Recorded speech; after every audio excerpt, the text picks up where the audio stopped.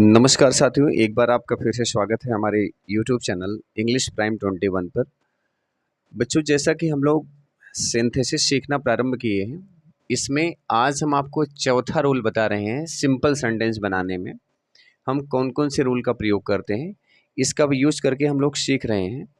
तो आइए हम चौथे रूल को सीखते हैं। तीन हम आपको by using participles, by using nominative absolute, by using phrase in opposition, ये तीन रूल आपको हम पहले ही बता चुके हैं। अगर आप देखना चाहें तो आप उसको जाके देख सकते हैं।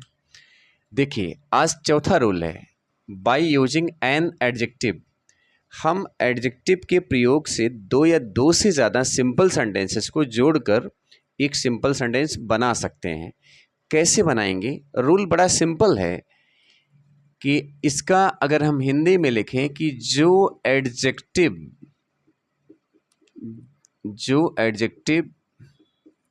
जिस नाउन को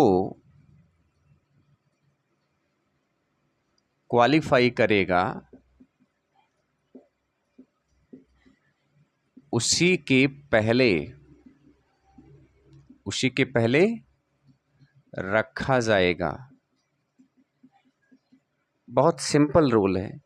जो एडजेक्टिव जिस नाउन की व्याख्या बतलाएगा, प्रोनाउन की व्याख्या बतलाएगा, उसी के पूर्व रख दिया जाएगा। जैसे आपने देखा होगा इससे पहले वाले वीडियो में पास्ट पार्टिसिपल में, ठीक वैसा ही रूल है। देखिए, the principal find the boy was naughty.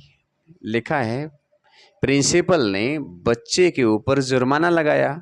बच्चा कैसा था? नॉटी था। नॉटी माने शरारती। अच्छा, आप बताइए, ये नॉटी जो वर्ड है ये एडजेक्टिव है। क्या है? एडजेक्टिव है। ये किसके लिए आया है? बॉय के लिए आया है। किसके लिए आया है? बॉय के लिए। प्रिंसिपल के लिए नहीं आया भाई। कहीं कुछ बच्चे ऐसे मिलते हैं, ये नॉटी को उठा के रख देंगे कि प्रिंसिपल के पहले the naughty principal find the boy. ऐसा नहीं बच्चे। ये नॉटी जो शब्द है यहाँ लिखा है ना, द बॉय वाज नॉटी। तो अब आप देखिए, ये बॉयस यहाँ पे आया है ना, ये वर्ड को उठा करके यहाँ रख देना है। तो क्या बन जाएगा? द प्रिंसिपल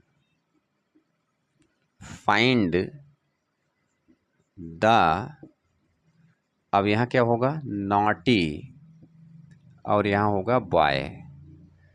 बस सेंटेंस आपका बन गया, सिंपल बन गया, बहुत आराम से। अब देखिए, अभी हमने कहा कि अगर इस नॉटी वर्ड को प्रिंसिपल के पर लगा दीजिए तो सेंटेंस क्या बन जाएगा?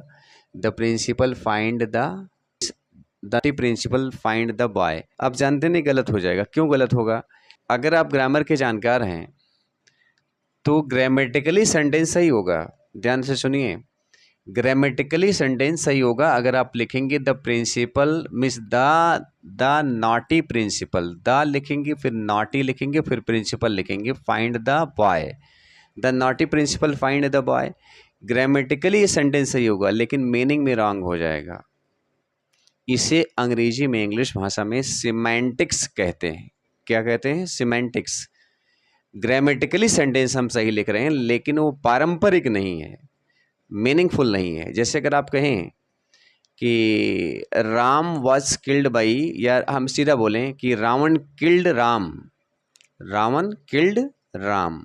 यहाँ पे सेंटेंस ग्रामेटिकली सही है, हमारा सब्जेक्ट है, वर्ब ऑब्जेक्ट है, सीक्वेंस में है, ग्रामेटिकली सही है, लेकिन पारंपरिक तरीके से मीनिंग के हिसाब से सही नहीं है। तो इसे ही इंग्लिश भाषा में हम कहते हैं सिमेंटिक्स का यूज़। सेंटेंस बनाते समय ये भी आपको ध्यान देना है कि सेंटेंस का मीनिंग सही होना चाहिए, उसका अर्थ सही होना चाहिए। तो इसलिए ये सेंटेंस, जैसे हमने तो यहाँ पे हल्का सा जोक मजाक किया आपके साथ में, लेकिन एक चीज़ यहाँ निकल कर ही आ गई कि सिमेंटिक्स में सेंटेंस ठीक होना चाहिए, मीनिंग में ठीक होना चाहिए। अगला सेंटेंस देखिए, a boy was weeping bitterly, he was hungry. Hungry, hungry आपका है एडजेक्टिव। आप समझ रहे हैं, एडजेक्टिव किसके लिए आया है? बॉय के लिए आया है। तो बॉय के पहले रखा जाएगा। आप लिखेंगे a hungry boy, a hungry boy. अब यहाँ क्या होगा? वाज, और यहाँ होगा वीपिंग और यहाँ होगा बिटरली। ठीक, समझ गए होंगे। अच्छा, आप इसका आंसर बता सकते हैं। The lion killed a cow, the cow was black. आप बिल्कुल सही सोच रहे हैं, हमें पूरा विश्वास है कि आप इसको बता सकते हैं। तो आप लिखेंगे the lion killed, the lion, यहाँ क्या लिखेंगे, किल्ड आ ब्लैक काऊ। ठीक है, इस तरीके से आप एडजेक्टिव का प्रयोग करते हुए दो या दो से ज़्यादा सिंपल सेंटेंसेस को जोड़कर एक सिंपल सेंटेंस बना सकते हैं। ध्यान रखना है कि एडजेक्टिव को उस नाउन के पहले रख देना है जिसकी वो व्याख्या कर रहा है, क्वालिफाई कर रहा है। ठीक है, धन्यवाद। आप चैनल पर आए और वीडियो देखिए, इसके लिए शुक्रिया। और अगर नए हैं तो प्लीज़ चैनल को सब्सक्राइब कर लीजिए। धन्यवाद।